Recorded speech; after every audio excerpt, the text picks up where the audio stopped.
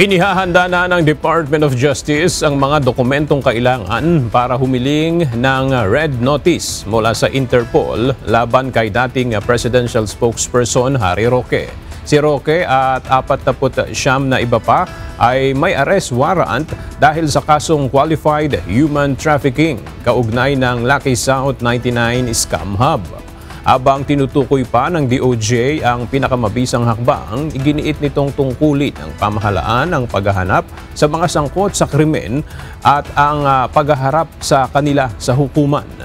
Samantala, kumpiyansa si Attorney Roque na hindi siya mapapauwi sa Pilipinas dahil sa pending application nito sa the Netherlands kung saan siya humihiling ng asylum. Alam niyo po na kapag merong pending asylum petition, merong non-refuma.